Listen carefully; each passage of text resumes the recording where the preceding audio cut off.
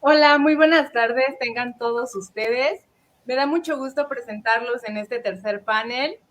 Lo nombramos el panel de académicos porque pues realmente los demás son diputados y funcionarios en realidad. Nuestro panel se titula Democracia como método pacificador de un Estado. Le doy la bienvenida al doctor Gerardo Ábalos Tenorio. Él es licenciado, maestro y doctor en ciencia política por la UNAM. Eh, También es investigador titular en nivel C. Está adscrito al Departamento de Relaciones Sociales de la Universidad Autónoma Metropolitana y por ende también es coordinador del doctorado. Sus líneas de investigación son teoría del Estado, filosofía política, sociología del poder, administración pública y, por supuesto, ciudadanía y eh, democracia. Ha publicado 6 libros y más de 30 artículos científicos y de investigación. Sus libros van en relación, o más bien algunos son de Hegel, que son como muy importantes y complejos. Eh, Cada panelista tiene 10 minutos para realizar su ponencia y al final van a hacer preguntas y respuestas. Entonces, le damos la bienvenida al doctor Ábalos Tenorio. Doctor, gracias por estar aquí y bueno, adelante. Bueno, muchas gracias a la organización que convoca a este encuentro, a este importante evento. Parece ser que es el segundo. El año pasado, más o menos por estas fechas, fue el primero. Entonces, a los jóvenes que han tenido esta iniciativa, les agradezco profundamente. Como cuento con 10 minutos, bueno, una corrección, yo ya no soy el coordinador del doctorado en ciencias sociales de la UAM. Entonces, pues nada más eso, porque este, seguramente la fuente fue algún currículum que se quedó por ahí atrasado.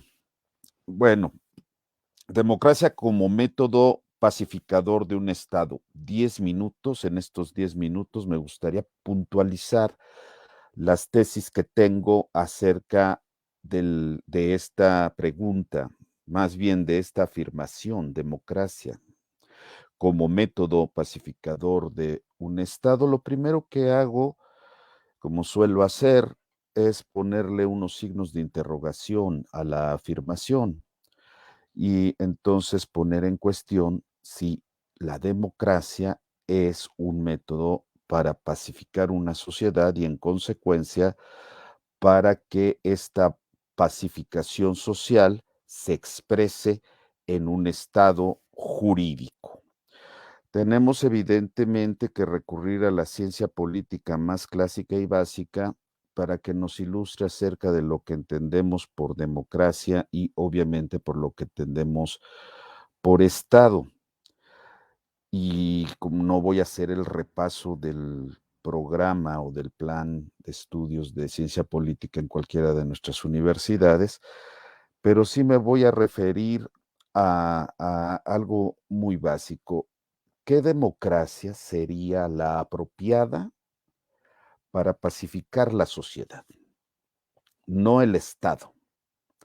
Porque si la sociedad está desgarrada por el conflicto y comienzan a aparecer entidades metalegales o de plano ilegales o criminales que se apropian de una parte del territorio, le disputan al Estado el monopolio de la violencia física legítima, le disputan el monopolio de la elaboración de la ley, le disputan, a veces con éxito, el papel del poder judicial de juzgar precisamente las acciones y conductas que transgreden el orden constitucional o el orden legal en cualquiera de sus manifestaciones o en cualquiera de sus ámbitos.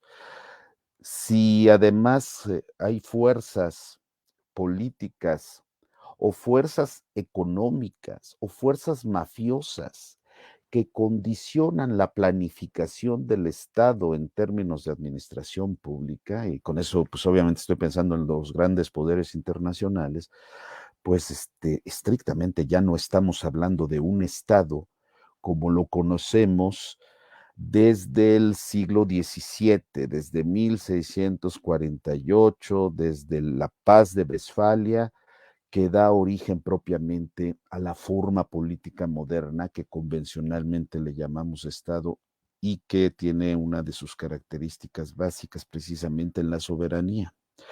Entonces, cuando hablamos de un desgarramiento del entramado social que responde o que es resultado de muchas determinaciones muy problemáticas, pues en realidad la democracia, en su sentido más elemental del mundo moderno, aquella democracia que Macpherson le llamó democracia liberal, que después los teóricos de las élites le pusieron un apellido y le llamaron democracia elitista, y otros teóricos y estudiosos le han llamado democracia de masas, o la democracia madisoniana, que es la democracia de los frenos y contrapesos de los distintos poderes para que se evite la concentración del poder en una persona o en una asamblea o en un partido político.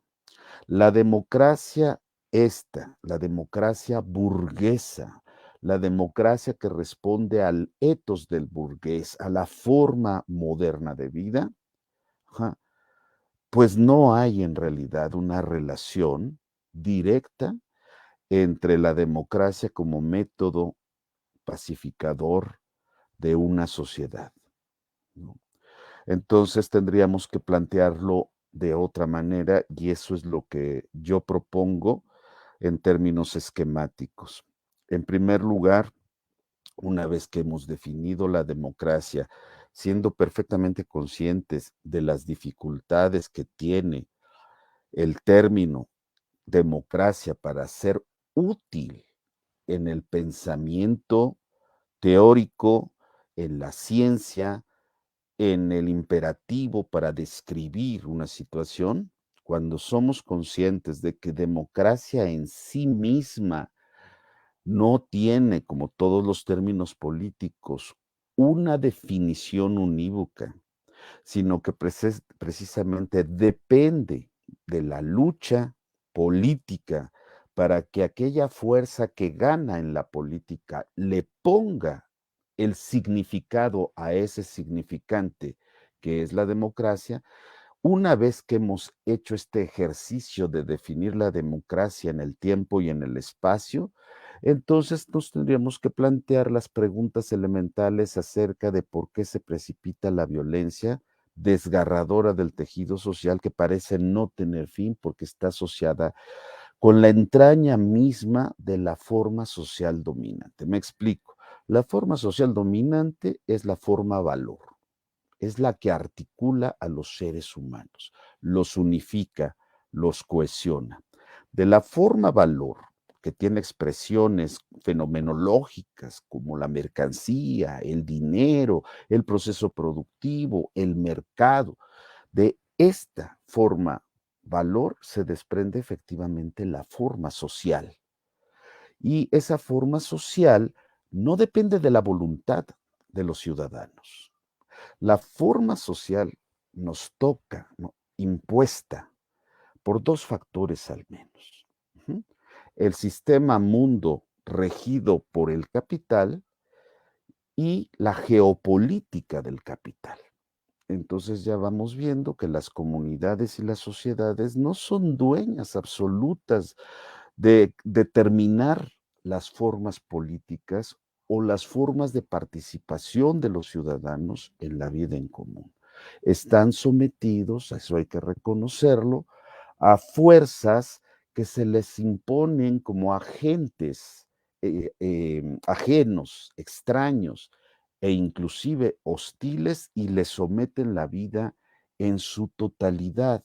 Y también este sistema de coerciones tiene un elemento que no es, que es necesario tomar en cuenta que aparte de la coerción, estamos hablando de un sistema civilizatorio, y entonces aparte de la coerción hay también formas en que ese sistema tan desgarrador, tan imponente, tan autoritario, ¿sí?, otorga ciertas válvulas de escape de una vida que vale la pena ser vivida y otorga también ilusiones políticas que hacen las veces de legitimadoras, pero no de la política, no del orden político propiamente, no del régimen político, sino legitimadores fantásticos o fantasmagóricos ilusorios, legitimadores del vínculo social basado en el capital.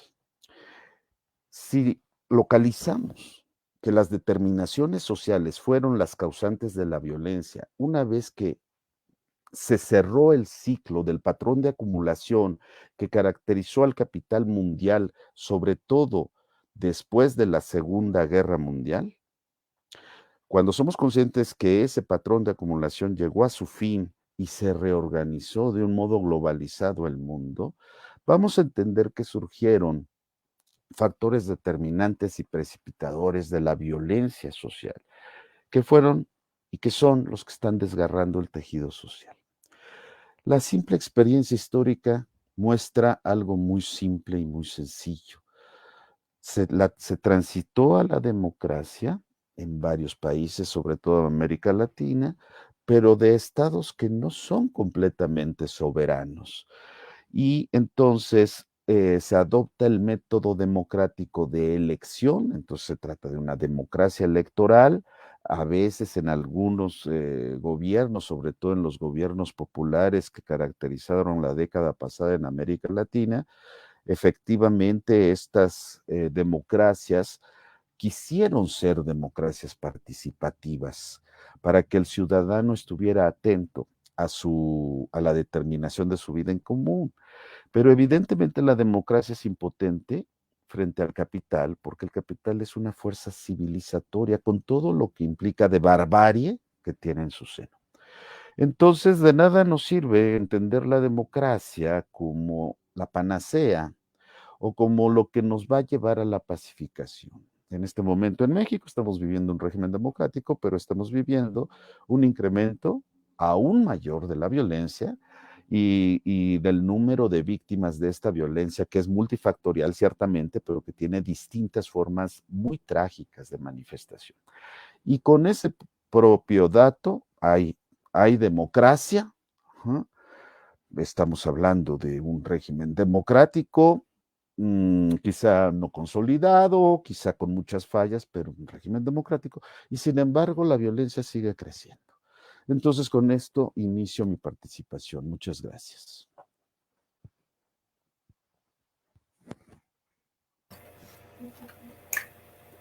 Muchas gracias, doctor, por su ponencia. Ay, pues muchas gracias, porque esta pregunta me permite justamente fijar mi posición en contraste con algunas de las tesis que se han sostenido aquí. Y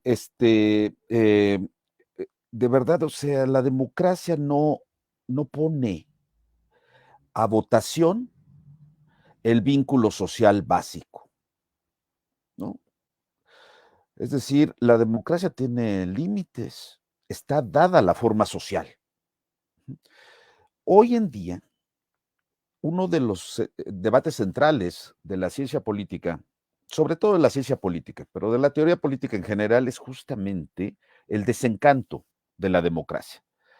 La democracia de este momento no atrapa a los jóvenes, y los jóvenes sí participan en la vida política, pero no a través de las vías tradicionales de los partidos políticos que en Europa, Estados Unidos y también en México están desde hace tiempo, en una crisis de representación y en una crisis de militancia, ¿no?